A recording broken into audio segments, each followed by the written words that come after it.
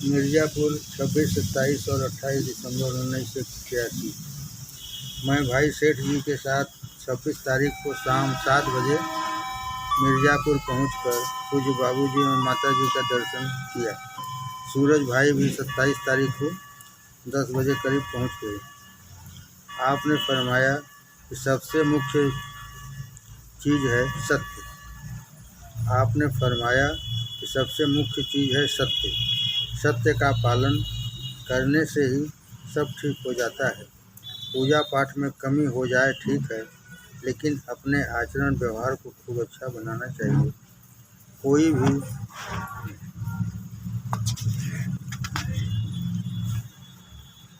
चीज़ शास्त्र के नियम के विरुद्ध नहीं होना चाहिए।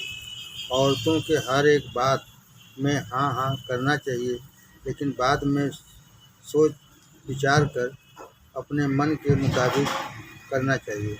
औरतों को मारना पीटना ठीक नहीं है। जो काम करे खूब परिश्रम से करे कि शरीर से पसीना निकल आए, तभी परिश्रम की कमाई होगी। देखिए 99% लोग कोई न कोई इच्छा आशा लेकर पूजा में आते हैं। उनका काम भी पूरा होता है। ईश्वर के दरबार में चापलूसी नहीं चलती। मिर्ज़ापुर 23 एवं 24 जनवरी 1982। 23 तारीख को भाई चंद्र प्रकाश मिश्र जी के साथ मिर्ज़ापुर जाकर पूज्य बाबूजी एवं माताजी का दर्शन किया। भाई सेठ जी भी साथ चलने वाले थे, लेकिन उनके श्रीमती जी की तबीयत खराब हो गई, इससे नहीं जा सके। आप विद्या भाई के घर हम लोगों के साथ गए। वहाँ पर शांति पाठ एवं हवन का आयोजन था। आपने बताया कि शांति पाठ किसी के मरने पर या किसी के घर में ग्रह की शांति हेतु किया जाता है। आपने कबीर के जीवन का थोड़ा अंश भक्त माल से पढ़कर सुनाया, जिसका भाव यही था कि भजन बिना सब व्यर्थ होता है। ईश्वर का भजन बहुत प्रेम से गाना चाहिए। हम अनंत विधि की बात कर रहे थे, तब आपने फरमाया कई रंग की पत्रिका मंगाना चाहिए। कोई कल्याण मंगावे, कोई साधन मंगावे, कोई अखंड ज्योति मंगावे। रंग बिरंगा पढ़ना चाहिए। ऐसा नहीं कि सब लोग एक ही मंगा रहे हैं। एक भी पत्रिका रहे तो सब लोग पढ़ लेंगे। रहीमन बहु भेषज करत, व्याधि न छाड़त साथ, खग मृग बसत अरोग बन, हरि अनाथ के नाथ। आपने कहा कि 4 महीने से खांसी की बहुत दवा किए, लेकिन आराम नहीं हुआ। एक दिन उपयुक्त दोहा पढ़े और दवा करना छोड़ दिए, तब से आराम है। भाई गोविंद प्रसाद जायसवाल जी से के बैंक में न होने की बात पर आपने फरमाया कि भाई राम नाम जानते हैं, इसी से मतलब है। अनेकों बार कह दिया कि आशीर्वाद वगैरह से कोई मतलब नहीं है। भाई गोविंद प्रसाद जायसवाल जी के बैंक में न होने की बात पर आपने फरमाया कि भाई राम नाम जानते हैं, इसी से मतलब है। अनेकों बार कह दिया कि आशीर्वाद वगैरह से कोई मतलब नहीं है। मिश्रा जी ने आपसे कहा कि शादी के लिए जो भी आवे, सबसे पहले कहिए कि फ़ोटो के साथ मिले। लड़की पसंद करने के बाद लेन देन की बात होनी चाहिए। आप कहिएगा कि हमारा लेने का विचार कुछ भी नहीं था, लेकिन ऊपर कर्ज है, उसको ख़त्म करने के लिए लेना पड़ रहा है। मिर्ज़ापुर भंडारा 20 से 23 फरवरी 1982। मैं पूरे परिवार के सहित 20 तारीख शनिवार को 11:15 बजे करीब मिर्ज़ापुर पहुंचकर पूज्य बाबूजी एवं माताजी का दर्शन किया। आपने फरमाया कि सब कुछ मालिक कर रहा है एवं करा रहा है। किसी को अभिमान करने की ज़रूरत नहीं है कि हमारे पास इतना पैसा है, हमारे पास इतने आदमी हैं या हमारे पास इतने शिष्य हैं। आपने फरमाया सब कुछ मालिक कर रहा है एवं करा रहा है। किसी को अभिमान करने की ज़रूरत नहीं है कि हमारे पास इतना पैसा है, हमारे पास इतने आदमी हैं या हमारे पास इतने शिष्य हैं। जो किया सो हरि किया, हुआ कबीर कबीर। बीज भी अच्छा होना चाहिए, खेत भी अच्छा होना चाहिए, तभी जैसा फलेगा, तभी बीज फलेगा फूलेगा। अगर बीज अच्छा रहे लेकिन उसको झाड़ी में, रास्ते में या पत्थर पर डाल दिया जाए तो भी नहीं जमेगा। इसलिए बीज को खूब संभाल कर प्रयोग करना चाहिए, नहीं तो व्यर्थ हो जाएगा। मिर्ज़ापुर 20 से 21 मार्च 1982। आज भाई गोविंद प्रसाद जायसवाल के साथ मिर्ज़ापुर पहुंचकर पूज्य बाबूजी एवं माताजी का दर्शन किया। एकादशी के उपलक्ष्य में रात्रि जागरण का प्रोग्राम था। काफ़ी दूर दूर से भक्तजन पधारे थे। रात भर भजन भाव होता रहा। मैं 2 पुस्तकें ले गया था, संत मत दर्शन, पार होने का सरल उपाय, जो कि बनारस में ही श्री चंद्रमोहन जी लंगोड़ा के सौजन्य से छपी थी। संत मत दर्शन डॉक्टर रामनारायण वर्मा द्वारा लिखी हुई है तथा पार होने का सरल उपाय पूज्यपाद चचा जी महाराज द्वारा। आपने कुछ लोगों को किताबें दे दी तथा कुछ भक्तजनों से फरमाया कि लेने की जरूरत नहीं है, मैं खुद बतला दूंगा। मैंने तीर्थ यात्रा के विषय में बतलाया कि बद्रीनाथ, हरिद्वार, दिल्ली तथा कश्मीर सब एक साथ करने का इरादा है। तब पूजनीय माताजी ने फरमाया कि क्या ज़रूरत है इतनी परेशानी सहने की, एक बार में एक ही स्थान पर जाना है। इसलिए कश्मीर का प्रोग्राम ऑटोमेटिक कैंसिल हो गया। मिर्ज़ापुर 17, 18, 19 अप्रैल 1982। मैं भाई विमल कुमार सेठ जी के साथ मिर्ज़ापुर शाम 6:30 बजे पहुंचकर पूज्य बाबूजी एवं माताजी का दर्शन किया।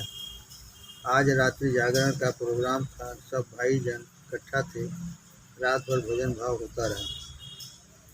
आपने फरमाया कि जो बुजुर्गों की शक्ति है वह उसी आदमी में पूरी पूरी उतरती है जो उनके बताए हुए नियमों पर चलते हैं, अन्यथा वापस चली जाती है। आपने फरमाया कि जो बुजुर्गों की शक्ति है वह उसी आदमी में पूरी पूरी उतरती है जो उनके बताए हुए नियमों पर चलते हैं, अन्यथा वापस चली जाती है। बिना एकाग्रता प्राप्त किए मुक्ति नहीं मिल सकती, चाहे हजारों जन्म क्यों न लेने पड़े। बिना एकाग्रता प्राप्त किए मुक्ति नहीं मिल सकती, चाहे हजारों जन्म क्यों न लेने पड़े। इसलिए मन की एकाग्रता बहुत ज़रूरी है।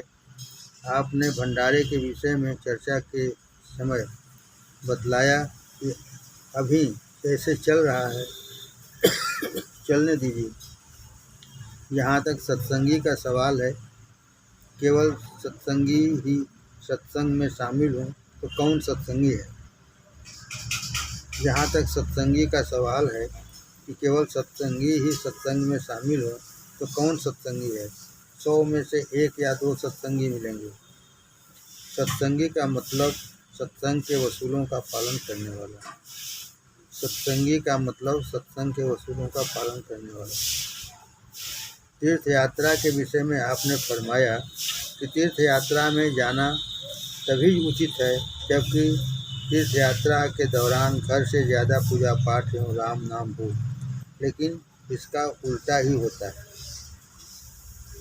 तीर्थ यात्रा के विषय में आपने फरमाया तीर्थ यात्रा में जाना तभी उचित है जबकि तीर्थ यात्रा के दौरान घर से ज़्यादा पूजा पाठ एवं राम नाम, लेकिन इसका उल्टा ही होता है। पूज्य बाबूजी का वाराणसी आगमन 27, 28 एवं 29 अप्रैल 1982। आज 27 अप्रैल को करीब 10:30 बजे बनारस पधारे। मैं 11 बजे करीब आपका दर्शन पाया। आज बहन पुष्पा की शादी है। आपने फरमाया कि जब सब कुछ मालिक कराता है, इंसान तो निमित्त मात्र है। वह दैवी शक्ति निरंतर देखभाल कर रही है। वही समय आने पर मानव हृदय में मोबाइल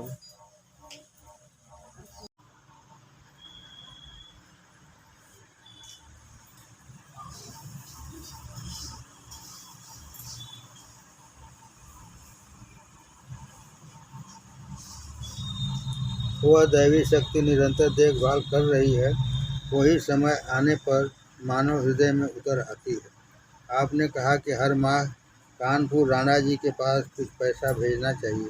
साथ में यह भी हिदायत किए इतना ही भेजें जितने से किसी को तकलीफ न हो। यही सबसे पुण्य का काम है। पूज्य राणा जी साहब आजकल अस्वस्थ चल रहे हैं, इस वजह से शादी में सम्मिलित नहीं हो सके।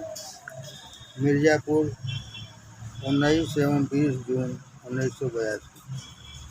मैंने 24 मई से 15 जून के बीच इस वर्ष क्रमशः देहरादून, मसूरी, हरिद्वार, ऋषिकेश, केदारनाथ, बद्रीनाथ एवं दिल्ली की यात्रा की, जो कि सब परिवार थी।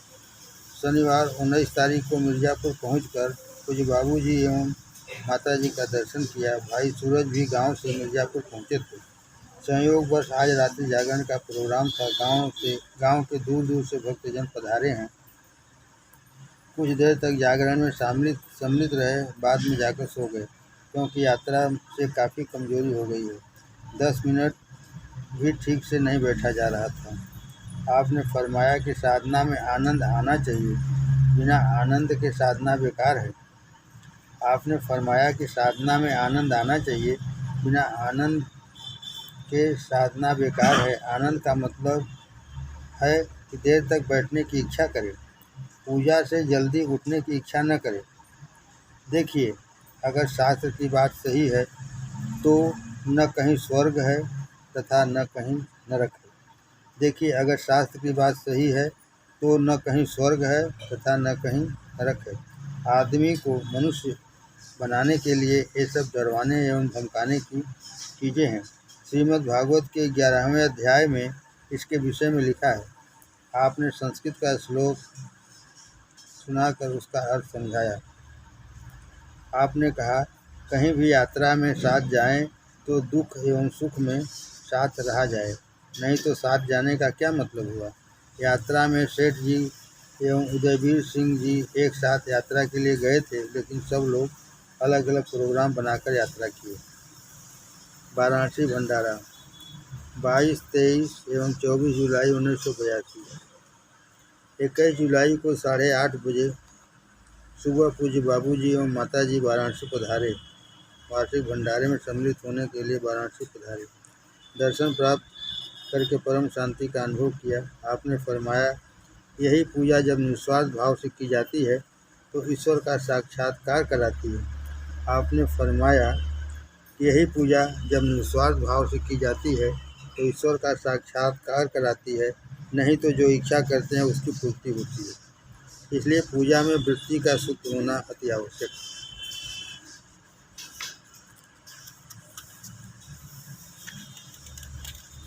आपने कहा कि शांति पाठ में अच्छे आदमी को बैठाना चाहिए।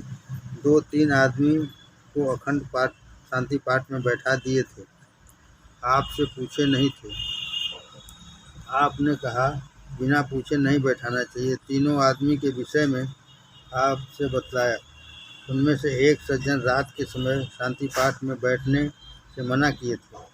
बड़े दुख की बात है कि लोग भंडारा में पूजा पाठ करने के लिए ही शामिल होते हैं और यहाँ आकर कुछ लोग खाना एवं सोना, यही उनका काम रहता है। ईश्वर सबको अपने रास्ते में चलने की शक्ति दे। कदम चूम लेती है खुद बढ़कर मंजिल, मुसाफिर अगर अपनी हिम्मत न हारे। मिर्ज़ापुर 28, 29 एवं 30 अगस्त 1982। मालिक की दया कृपा से भाई सेठ जी के साथ मिर्ज़ापुर 7:30 बजे शाम पहुंचकर पूज्य बाबूजी एवं माताजी का दर्शन किया, क्योंकि जाते समय रास्ते में ही रामनगर से मिर्ज़ापुर तक खूब बारिश होती रही। फिर भी हम लोग सकुशल पहुंच गए। आपने एक भाई को समझाते हुए बतलाया कि शरीर रहते सत, रज एवं तम की अवस्था बनी रहती है। इनको साम्य अवस्था में लाने के लिए ही साधन किया जाता है। जितने भी पंथ हैं, सब में साधन का कोई न कोई तरीका है। सबका संबंध एकाग्रता से है। पंथ इसलिए कि हमारे तरीके से साधन करने वालों की तादाद कितनी है, इससे अहम भावना की पुष्टि होती है। जो कुछ होना है जीवन रहते ही होता है। जब तक इच्छाओं का नाश नहीं होता तब तक मुक्ति नहीं हो सकती। जब इच्छा समाप्त हो गई तब मुक्ति ही है। आपने फरमाया कि जब मोहम्मद साहब का अंतिम दिन आया तब उन्होंने अपने 33 शिष्यों को बुलाया। किसी ने उनसे प्रश्न किया कि आप सबसे अधिक किसको मानते हैं? आपने फरमाया कि जब मोहम्मद साहब का अंतिम दिन आया तब उन्होंने अपने 33 प्रिय शिष्यों को बुलाया। किसी ने उनसे प्रश्न किया कि आप सबसे अधिक किसको मानते हैं? तब उन्होंने फरमाया कि मेरा सबसे प्रिय शिष्य एक जंगल में रहता है एवं भेड़ चराता है। उससे हमारी कभी भी मुलाकात नहीं हुई है। इसमें से कुछ लोग उसको देख नहीं सकते, सिर्फ 2 लोग देख सकते हैं। मोहम्मद साहब दोनों लोगों को उनके पास कुछ कपड़ा देकर भेजे और कहलवाए कि उससे जाकर कहना कि हमारे लिए दुआ कर दे। दोनों शिष्य खोजते खोजते जंगल में पहुँचे तो वह भेड़ चराते हुए मिल गया। उसके मुंह में एक भी दांत नहीं था। पता चला कि एक बार लड़ाई में मोहम्मद साहब का एक दांत टूट गया था। जब इसको पता चला कि मोहम्मद साहब का एक दांत टूट गया है तब उन्होंने भी अपना एक दांत तोड़ लिया। लेकिन फिर ख्याल आया कि हो सकता है इसके बगल का टूटा हो, इसलिए बगल वाला भी तोड़ डाला। इस तरीके से एक एक करके पूरा दांत तोड़ डाला। इन लोगों ने मोहम्मद साहब द्वारा दिया हुआ वस्त्र उसको दिया और कहा कि मोहम्मद साहब कहे हैं कि उनसे कहिएगा कि मेरे वास्ते दुआ कर दें। इतना सुनते ही वह प्रेम में विह्वल होकर रोते रोते बेहोश हो गया। जब होश आया तब इन लोगों का बहुत आदर सत्कार किया और मोहम्मद साहब के विषय में पूछता रहा। इससे निष्कर्ष यही निकलता है कि बिना गुरु को देखे एवं मिले भी आध्यात्मिक उन्नति हो सकती है, अगर अटूट प्रेम एवं मोहब्बत हो।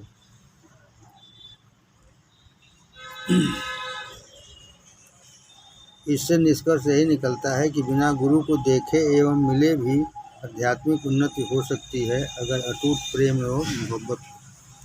7 अक्टूबर 1982 पूज्य ठाकुर साहब की 13वीं। पूज्य ठाकुर साहब का निर्माण 25 दिसंबर 1982 को हो गया। 7 अक्टूबर को 13वीं थी। 24 घंटे का अखंड शांति पाठ किया गया। इसके बाद हवन हुआ। हवन के बाद पूज्य बाबूजी ने फरमाया, हमारा एवं ठाकुर साहब का साथ सत्संग में आने से पहले से था।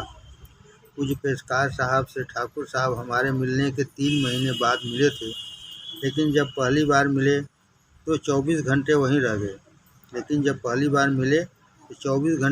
गए। प्रेम की मात्रा इनमें बहुत ज़्यादा थी। कुछ चचा जी के दरबार में हमसे 5 मिनट पहले हाजिर हो गए थे। देखिए, सब जिम्मेदारी पूरा कर गए तथा अपने परिवार के लिए दुनियावी काफ़ी संपत्ति छोड़ गए हैं। अब कोई परेशानी नहीं होना चाहिए। आप लोग उनकी कमाई में से खर्च मत करिए, आगे रोजगार को बढ़ाइए, उसमें से खर्च करिए। जिस कमरे में उनका शरीर छूटा है वह आप लोगों के लिए तीर्थ स्थान है। जब किसी को कोई परेशानी हो तो वहाँ बैठने पर उसका हल मिल जाएगा। इतनी शक्ति की धार उस कमरे में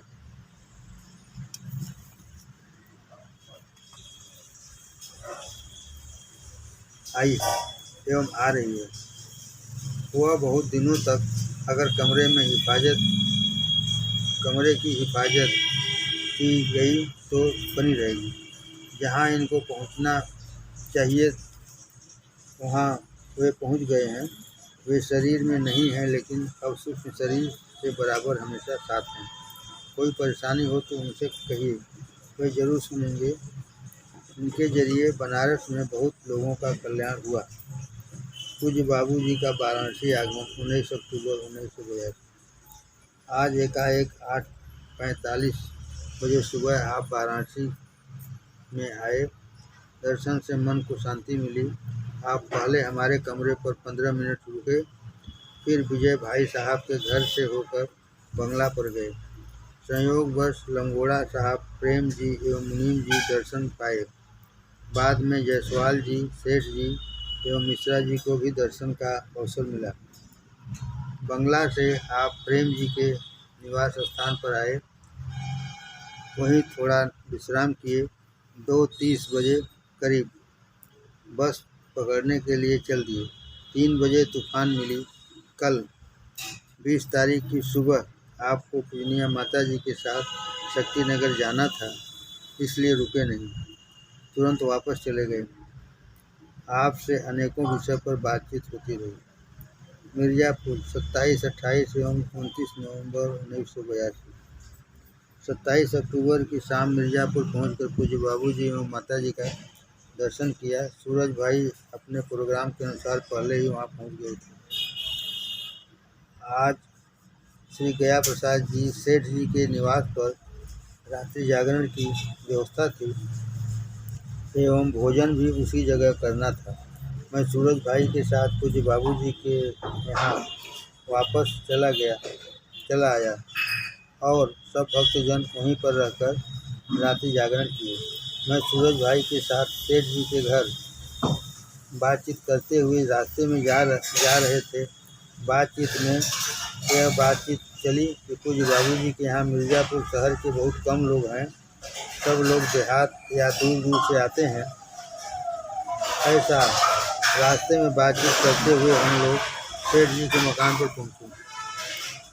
पूज्य बाबूजी वहाँ पहले ही से पहुँचे हुए थे। वहाँ पहुँचने पर आपने एकाएक बीच में फरमाया, पूज्य लालाजी महाराज के यहाँ भी बहुत दूर दूर से लोग आते थे, जबकि उनके गांव के सत्संग में बहुत कम लोग सम्मिलित होते थे। जिसका जहाँ अंश होता है वह वहाँ पहुँच जाता है, सबके पास सबका अंश नहीं होता। मिर्ज़ापुर 8 एवं 9 जनवरी 1983। आज शाम को मिर्ज़ापुर पहुंचकर पूज्य बाबूजी एवं माताजी का दर्शन किया। आज रात्रि जागरण का प्रोग्राम था। अधिक ठंड के बावजूद भी काफ़ी भक्तजन इकट्ठा थे। मिश्रा जी को टॉन्सिल बढ़ जाने की वजह से बहुत तकलीफ थी तथा फीवर भी था। पूज्य बाबूजी का भी स्वास्थ्य ठीक नहीं था। आँव बनने की वजह से पेट में दर्द हो जाया करता है। आपने फरमाया कि ज़्यादा तादाद बढ़ाने की ज़रूरत नहीं है, एक ही 2 आदमी रहें, ठीक रहें। अगर फूल में सुगंध रहेगा तब हवा बहने से उसकी सुगंध अपने आप सब दिशाओं में फैलेगी। अगर फूल में सुगंध रहेगा तब हवा बहने से उसकी सुगंध अपने आप सब दिशाओं में फैलेगी। आपने पूजा पाठ के विषय में पूछा तथा पहले जो प्राणायाम बतलाए थे उसमें कुछ सुधार करके बतलाए। आपने कहा कि 11 बार करना है, 3 बार एक सांस में करने पर 1 के बराबर होगा। आपने कहा कि यह क्रिया सबको नहीं बतलानी चाहिए, इसलिए उस क्रिया को यहाँ लिखना उचित नहीं समझ रहा हूँ। आपने कहा कि जो साधारण क्रिया है उसको जो अच्छे साधक हों उनको बतलाना चाहिए। पूजनीय माता जी कहें कि लड़कों के साथ मोह माया उतना नहीं रखना चाहिए। पूजनीय माता जी कहें कि लड़कों के साथ मोह माया उतना नहीं रखनी चाहिए। जब वे काम धाम करने लगे तो उनको सब जिम्मेदारी सौंप कर अपने अलविदा होना चाहिए। आपने कानपुर के मेहरोत्रा साहब की काफ़ी तारीफ की और फरमाया कि ऐसा आदमी मिलना मुश्किल है। मेहरोत्रा के एक दो ही शिष्य हैं। एक तो खरे साहब हैं जो बहुत अच्छे हैं। पूज्य पेशकार साहब को पूज्य चचा जी महाराज बहुत मानते थे। पूज्य पेशकार साहब को पूज्य चचा जी महाराज बहुत मानते थे। जब कभी चचा जी एवं चाची जी के बीच कुछ होता था तो पेशकार साहब बीच में पड़कर समझौता कराते थे। चचा जी महाराज कहते थे, जब पेशकार साहब कह रहे हैं तब हमको भी मानना पड़ेगा। मिर्ज़ापुर 23 जनवरी 1983। आज मिन्नी अभय सिंह के स्कूटर से सुबह 8 बजे चलकर 10:45 बजे मिर्ज़ापुर पहुंचकर पूज्य बाबूजी एवं माताजी का दर्शन प्राप्त किया। आपने मिन्नी भाई साहब से फरमाया, सत्संग और चीज़ है तथा अपनी पूजा और चीज़ है। सामूहिक रूप से जो किया जाता है वह सत्संग है। सत्संग में अपनी तरफ से कोई क्रिया नहीं की जाती। शांत होकर अपने मन की स्थिति को देखा जाता है। जो अपना अभ्यास है वह अलग से करना चाहिए, जो कि खूब सुबह हो जाना चाहिए। इसमें मन के निरोध के लिए अन्य क्रियाएं भी की जाती हैं। मिन्नी जी को आपने 2-3 क्रियाएं बतलाई जो कि अभ्यास के पहले करना चाहिए।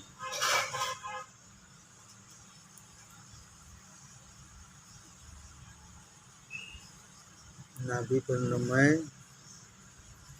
दुनिया सिर के ऊपर दाहिने तरफ, किंतु तुम 3 बार में एक बार सांस छोड़ो। न मैं न दुनिया किंतु तुम। फिर देखो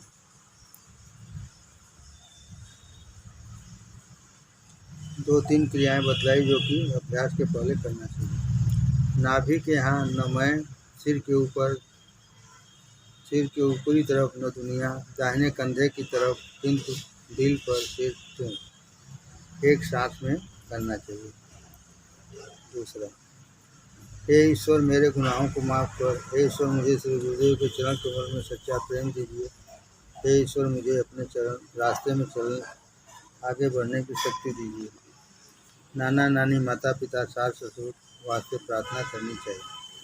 अगर शरीर में नहीं है तो जिस लोक में हो उस लोक में उनकी आत्मा को शांति के लिए प्रार्थना करनी चाहिए। पहला एवं दूसरा 11-11 बार करना चाहिए। फिर प्रार्थना करनी चाहिए। इसके बाद अपना अभ्यास करना चाहिए। साधना के समय ख्यालात का आना अच्छा है। ख्याल आमे चले जाएं। एक ही ख्याल का ज़्यादा देर तक रहना बुरा है। अगर ख्याल नहीं आवेंगे तो अंदर की सफाई नहीं होगी। पहले तो ख्याल का साधक को पता नहीं चलता है, लेकिन अब थोड़ी सी सफाई हो जाती है और ख्यालात सूक्ष्म हो जाते हैं तो उनका आभास होने लगता है। बाद में उन विचारों एवं ख्यालातों का अक्स फोटो भी आने लगता है। बाद में उन विचारों एवं ख्यालातों का फोटो भी आने लगता है। देखिए, कबीरदास जैसे संत लाला जी साहब भी नहीं थे। कबीरदास जी को हर एक परंपरा के लोग मानते हैं, लेकिन आजकल उस संस्था में जानकार कोई नहीं रह गया है, फिर बाद ही रह गया है। इसलिए साधक 1 या 2 ही हों, लेकिन अच्छे हों, जिस पर कोई उंगली उठाने वाला न हो। तादाद बढ़ाने की इच्छा भी बुरी है। आपने फरमाया कि सेवा से अपने आप सब अध्यात्म विद्या चली जाती है। आपने फरमाया कि सेवा से अपने आप सब अध्यात्म विद्या चली आती है। सजरा वगैरह पढ़ने से सबको लाभ नहीं होता, उसके लिए भी समय होता है। शाम को स्कूटर से ही हम दोनों लोग वाराणसी वापस आ गए। स्कूटर पर मेरी बैठने की आदत थी नहीं, इसलिए शरीर में काफ़ी दर्द हो गया, जो कि 4-5 रोज तक बना रहा। स्कूटर से इतनी लंबी यात्रा नहीं करनी चाहिए। मिर्ज़ापुर भंडारा 9 से 12 फरवरी 1983। 9 तारीख को पूरे परिवार सहित मिर्ज़ापुर पहुंचकर पूज्य बाबूजी एवं माताजी का दर्शन किया। इस वर्ष बच्चों की संख्या भंडारे में ठंड की वजह से कम थी। आदमी भी अन्य साल की अपेक्षा कुछ कम ही थे। मिश्रा जी के बड़े लड़के सर्वेश की शादी शिवरात्रि की रात्रि में संपन्न हुई। 12 तारीख को 4 बजे तक हम लोग वाराणसी वापस आ गए। गिरी जी भी हम लोगों के साथ वाराणसी आकर अपने गांव चले गए। 20 फरवरी को उनका दिल्ली वापस जाने का प्रोग्राम है। अपनी वेडिंग हमारे यहाँ छोड़ गए हैं। भंडारा से वापस आने के बाद सबकी तबीयत कुछ न कुछ गड़बड़ हो गई। भाई उदयवीर सिंह साधुनाग महाशय की एक पुस्तक हमारे वास्ते लाए हैं। अमृत वाणी सुनने का बहुत कम अवसर प्राप्त हुआ। पूज्य बाबूजी का वाराणसी आगमन 12 एवं 13 मार्च 1983। आज आप 1:30 बजे दोपहर को भाई उमाशंकर चौबे के साथ वाराणसी पधारे। मैं 2 बजे बैंक से वापस आकर बंगला पर आपका दर्शन किया। आपके द्वारा दी गई हिदायतें।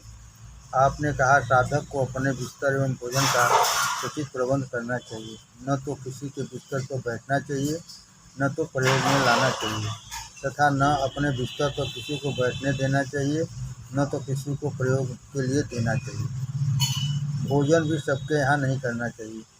जहाँ परिश्रम की कमाई हो, प्रेम मोहब्बत हो तथा सत्संग परिवार हो, वहाँ पर खाने में हर्ज नहीं। भोजन भी सबके यहाँ नहीं करना चाहिए। जहाँ परिश्रम की कमाई हो, प्रेम मोहब्बत हो तथा सत्संग परिवार हो, वहाँ पर खाने में कोई हर्ज नहीं। पूजा में नियम का बहुत महत्व है। दोनों वक्त बिना नागा होना चाहिए। एक मीटिंग के नागे से भी लोग बहुत पीछे चले जाते हैं। सत्संग में आने से बहुत लाभ होता है, इसलिए सत्संग जरूर करना चाहिए। सत्संग में आने से बहुत लाभ होता है, इसलिए सत्संग जरूर करना चाहिए। एक शरीर की हवा दूसरे शरीर में लगती है, इससे आध्यात्मिक उन्नति होती है। बिना गुरु से पूछे कोई पुस्तक नहीं पढ़ना चाहिए। पुस्तक पढ़ने से रास्ते में भटकाव आ जाता है।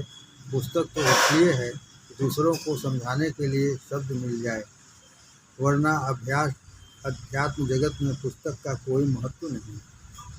अहंकार कुछ न कुछ सबके अंदर रहता ही है। देखिए, जिसका जिसके पास अंश है वह अपने आप चला जाता है।